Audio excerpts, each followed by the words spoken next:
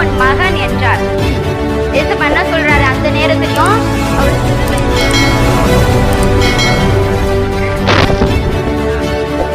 பேசின 7 வார்த்தைகள்ல 3வது வார்த்தை சேர்ந்து தொண்டை ஒரு வாரமே சரியில்லை, சுத்தமா எனக்கு குரலே வரல. இருந்தாலும் ஆவியானவர் நேரத்துல இதுக்கு முன்னாடி 2 நாளுக்கு முன்னாடி சும்மா பேசுவேன், ஐயாட்ட பேசும்போதெல்லாம் நம்ம வாய்ஸ் இருக்கு அப்படின்னு நான் இன்னைக்கு தேவன் இந்த வாய்ஸை எனக்கு கொடுத்ததுக்காக அவருக்கு நன்றி செலுத்துறேன். அவருடைய வார்த்தையை பேசுறதுக்காக தான் என் வாய்ஸ் எனக்கு நல்லா ஆக்கியிருக்காரு போல. உன் வாயை விரிவா தர அப்பொழுது அதை நிரப்புவேன் என்று இயேசப்பா சொல்லியிருக்காரு. என்னுடைய பலத்தினால இல்ல, தேவ ஆவியானவர் என்னோடு கூட வெளிப்படுவாரு. இப்போது இயேசுவ சிலுவையில 7 வார்த்தைகள் பேசியிருக்காரு. 2 வார்த்தையை நம்ம பார்த்துட்டோம். 3வது வார்த்தையாக அன்பை பத்தி நம்ம பார்க்க போறோம்.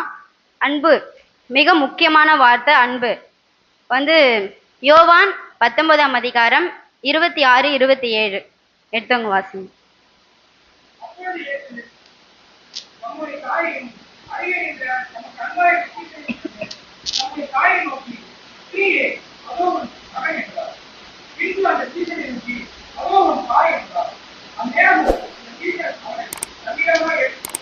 ஆமென்.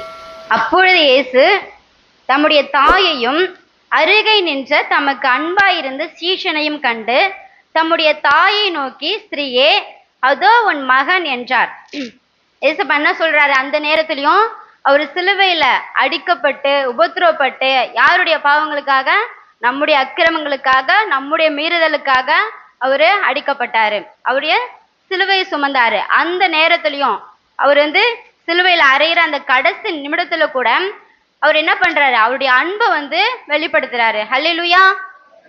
அன்பை வெளிப்படுத்துறாரு. அவருடைய தாயை பார்த்து, அந்த சீஷனையும் பார்த்து, அதோ உன் தாய், அதோ உன் மகன் என்றாரு.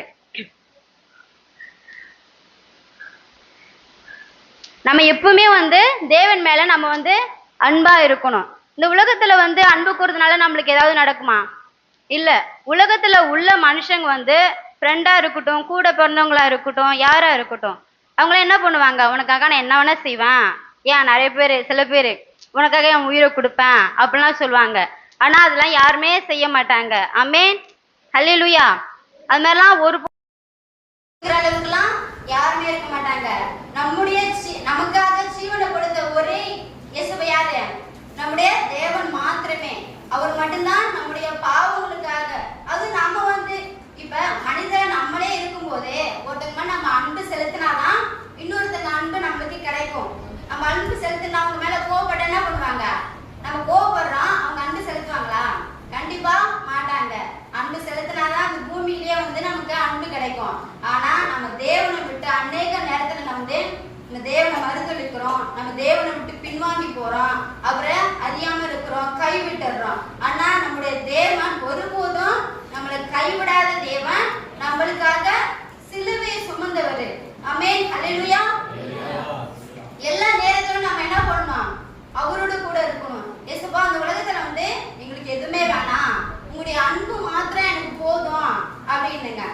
அவருடைய அன்பு மாத்திரம் நம்மளுக்கு கிடைச்சோம்னு வச்சுக்கோங்க, எல்லாமே கிடைக்கும். நம்ம இந்த நாள் மாத்திரம் இல்ல, இந்த நாள்ல சிலுவை பற்றின உபதேசம் இன்றைக்கு மாத்திரம் இயேசுப்பானிக்கு நம்மளுக்காக உயிரை கொடுத்தாரு, 3ஆம் நாள் உயிரோட எழும்புவாரு அப்படின்னா அந்த நாள்ல மாத்திரம் நினைக்க கூடாது. ஒவ்வொரு நாளும் இயேசுப்பா எனக்காக சிலுவை சுமந்திருக்காரு, எனக்காக மறுபடியும் ஜீவிக்கிறாரு அப்படின்னு கர்த்தருடைய வருகை என்ன பண்ணோம்? ஒவ்வொரு நாளும் நம்ம நினைவு கூறணும், விசுவாசிக்கணும். அதான் பெரிதான அன்பா இருக்கிறது. நம்ம சிலுவை பற்றின உபதேசம் கெட்டு போகிறவர்களுக்கு என்னவா இருக்கா? பைத்தியமா இருக்குது. ஆனா ரட்சிக்கப்படுகிறவர்கள் நமக்கும் அது தேவ பலனா இருக்கிறது. எப்படி இருக்கு? தேவ பலனா இருக்கு. நம்ம அவர் மேல நம்ம அன்பு செலுத்தும் போது நமக்கு என்னவா இருக்கு? நம்மளுக்கு மிகப்பெரிய பலனா இருக்குது, தைரியமா இருக்குது. எல்லாமும் அவர்தான் நமக்கு. அடுத்ததாக பாருங்க, அவர் சில பொறுப்புகளை கொடுக்கிறாரு. யோவான் 21, 15, 16, 17 3 வசனங்கள் வாசிங்க. அவர்கள் போஜன பண்ணின பின்பு இயேசு சீமோன் பேதுருவை நோக்கி, யோனாவின் குமாரனாகிய சீமோனே, இவர்களிலும் அதிகமாக நீ என்னிடத்தில் அன்பாய் இருக்கிறாயா என்றார். அதற்கு அவன், ஆம் ஆண்டவரே, உம்மை நேசிக்கிறேன் என்பதை நீர் அறிவீர் என்றான். அவர் என் ஆட்டுக்குட்டிகளை மேய்ப்பாயாக என்றார். இரண்டாம் தரம் அவர் அவனை நோக்கி, யோனாவின் குமாரனாகிய சீமோனே, நீ என்னிடத்தில் அன்பாய் இருக்கிறாயா என்றார். அதற்கு அவன், ஆம் ஆண்டவரே, உம்மை நேசிக்கிறேன் என்பதை நீ அறிவீர் என்றார். அவர் என் ஆடுகளை மேய்ப்பாயாக என்றார். மூன்றாம் தரம் அவர் அவனை நோக்கி, யோனாவின் குமாரனாகிய சீமோனே, நீ என்னை நேசிக்கிறாயா என்றார்.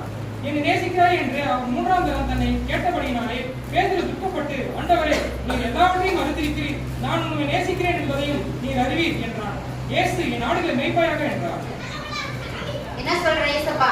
பேதுருவை பார்த்து, பேதுருவே நீ என்ன நேசிக்கிறாயா அப்படின்னு கேட்கிறாரு. எத்தனை தடவை கேட்கிறாரு? ஒரு தடவை கேட்கல, 3 தரம் கேட்கிறாரு. 3 தரமும் பேதுருவே நீ என்ன நேசிக்கிறாயா? ஆமா ஆண்டவரே, நான் உண்மை நேசிக்கிறேன். அல்லேலூயா. ஆமா. பேதுரு என்ன சொல்றாரு?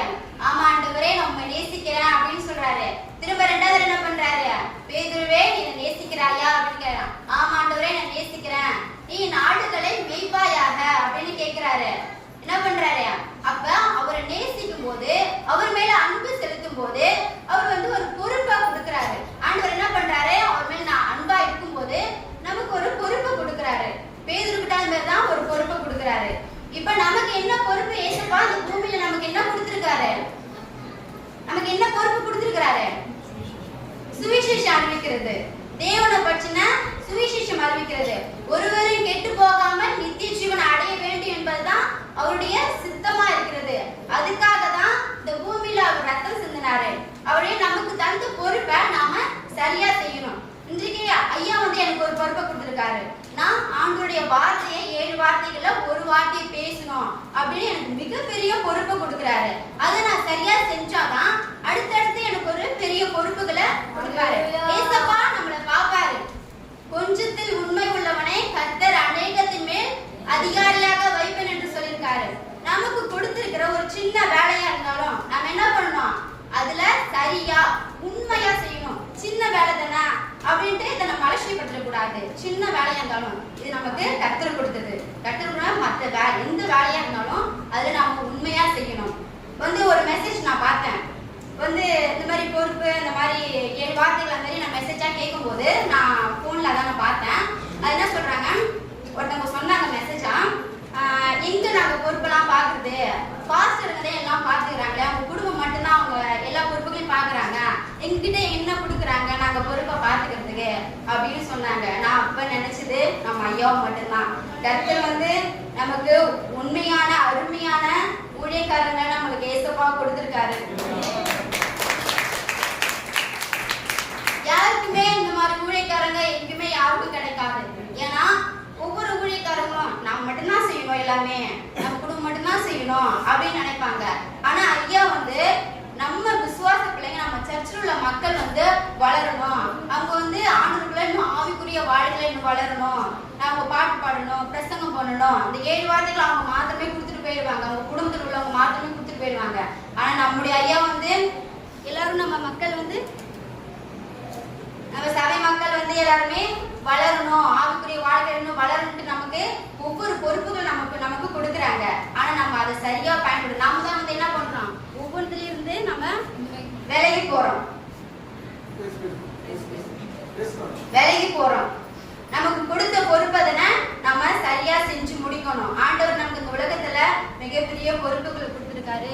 நம்ம அது வந்து நாம சரியா செய்யணும் இந்த உலகத்துல. ஆமென். ஹல்லேலூயா. அவர் மேல அன்பா இருக்கணும்.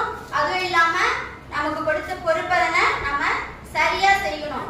அதோட விடலாவது அந்த நேரத்திலையும் காயை பார்த்து திரும்ப வாசிங்க. யோவான் 19:26-27 அது வாசிங்க.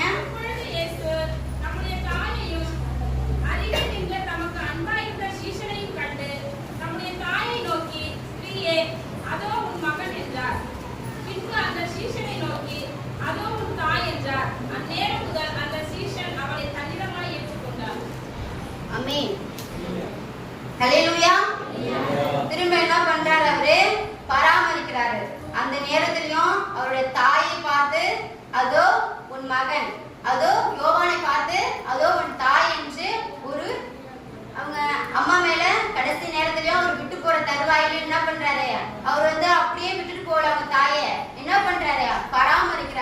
இதோட அவங்க எப்படி விட்டுட்டு போக கூடாது அப்படின்ட்டு அவங்க ஒரு சொந்த மகனா யோவான் கையில வந்து ஒப்பு கொடுத்துட்டு போறாரு ஏசப்பா. யோவான் கிட்டையும் அவங்க தாயை வந்து அதோ உன் தாய் நீ பாத்துக்கல அப்படின்ட்டு தேவன் வந்து ஒப்படைச்சிட்டு போறாரு. இந்த பூமியில நாம வாழ்றதுல நம்ம என்ன பண்றாரு ஏசப்பா? பெற்றோரை கனம் பண்ணணும், பெத்தவங்களை கனம் பண்ணணும் அப்படின்னு சொல்றாரு.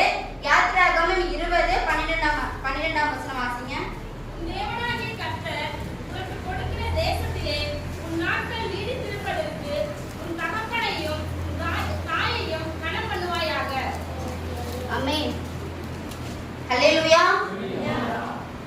தேசத்துல உன் வாழ்நாள் நீடித்திருப்பதற்கு என்ன பண்ணணுமா? உடைய கொடுத்திருக்கிற தகப்பனையும் தாயையும் நம்ம கனம் பண்ணணும். நம்ம இந்த இதுல நம்ம எவ்வளவு பேரை நாம பாக்குறோம். நிறைய பேரு நம்ம நிறைய காசு பணம் இருக்கிறவங்களே அப்பா அம்மாவை சரியா பாத்துக்காம இருக்காங்க. நிறைய பேர் கஷ்டப்படுறத நம்ம பாக்குறோம். அங்கே இங்கே முதியவர்கள் எல்லாம் அந்த மாதிரிலாம் இருக்குன்னு நம்ம பாக்குறோம். ஆனா வந்து ஏசப்பா என்ன சொல்றாரு? நீங்க வந்து உங்க தகப்பனையும் தாயையும் கனம் பண்ணுங்க அப்படின்னு சொல்றாங்க. மார்க் எழுதின 7:10-11 வாசிங்க.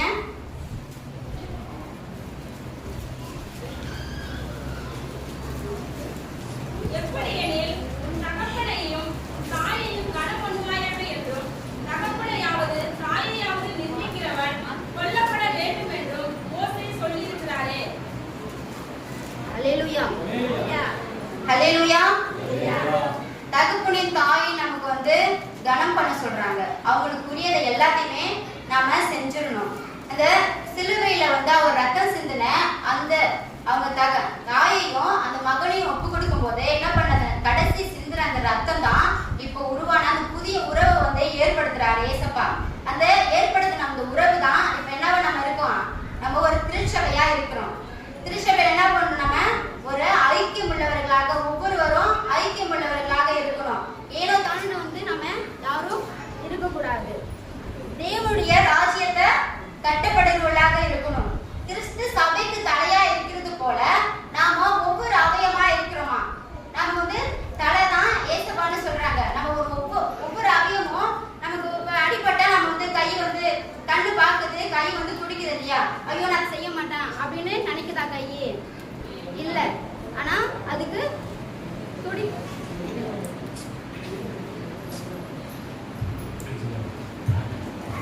ஹல்லேலூயா துடிக்குது இல்ல? அதே மாதிரி கிறிஸ்து தலையா இருக்கிறது போல நாம வந்து ஒவ்வொரு அவயமா இருந்து இந்த தேவனுடைய ராஜ்யத்தை நம்ம கட்டப்படணும்னு சொல்லிருக்காரு. குடும்பத்தை நம்ம வந்து கனம் பண்ணணும், பெற்றோரை கனம் பண்ணணும். முதலாவது நம்ம என்ன பார்த்தோம்னா நம்ம வந்து தேவனுக்குள்ள அன்பா இருக்கணும். அன்பு தான் என்ன பண்ணணும்? இந்த கொரிந்தியர் 13ஆம் அதிகாரத்துல பாத்தீங்கன்னா நீங்க மனுஷர் பாஷைகளையும் தூதர் பாஷைகளையும் பேசினாலும் அன்பு இராவிட்டால் உங்களுக்கு ஒன்றுமே இல்லைன்னு சொல்றாரு.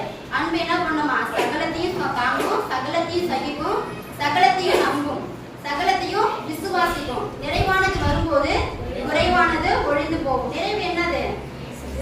நிறைவு ஏசப்பா. ஹல்லேலூயா. நிறைவு யாருன்னா ஏசப்பா தான். நீ உன்னில் அன்பா இருக்கிறது போல பிறனையும் அன்பா இருக்குன்னு சொல்றாங்க. பிறன் யாரு இந்த இடத்துல சொல்றாங்க? பிறன்னாலும் ஏசப்பா தான் சொல்றாங்க. நம்ம மத்தவங்க நம்ம நினைப்போம், ஆனா அப்படி கிடையாது. ஏசப்பா தான் சொல்றாங்க. அன்பு என்ன பண்ணுமா? சகலத்தையும் தாங்கும். இந்த அன்பு தான் ஆவிக்குரிய கனிகளிலேயே முதல் கனியா இருக்கிறது. ஹல்லேலூயா. நம்ம வந்து இந்த நாள்லயே நம்ம வந்து 7 வார்த்தைகள்ல நம்ம முக்கியமான வார்த்தை நம்ம அன்பு வந்து இயேசுவா பேசின அன்பை நம்ம பார்த்தோம். நம்ம வந்து இந்த பூமிக்குள்ள இயேசுவோ அவ்வளவு அன்பா இருந்தாரு. அப்ப அவருடைய பிள்ளைங்க நாம அவருடைய நமக்காக தான் ரத்தத்தை செஞ்சிருக்காரு. அவருடைய அன்பா இருக்கிறது போல நாமளும் அன்பா இருக்கணும். அன்பா இருக்கிறவங்களுக்கு என்ன பண்றாரு? அவரு ஒரு பொறுப்பை கொடுக்கிறாரு. அவர் கொடுத்த பொறுப்பை நம்ம பூமியில நம்ம சரியா செய்யணும். சுவிசேஷம் சொல்லணும். சுவிசேஷம் சொல்லி அநேக பேரை ரட்சிப்புகளா வழி நடத்தணும். அது மாத்திரம் இல்ல, பெற்றோரை கனம் பண்ணணும். நமக்கு கொடுத்த அந்த பொறுப்பை தானே, கர்த்தர் கொடுத்த பொறுப்பை நாம சரியா செய்யணும்.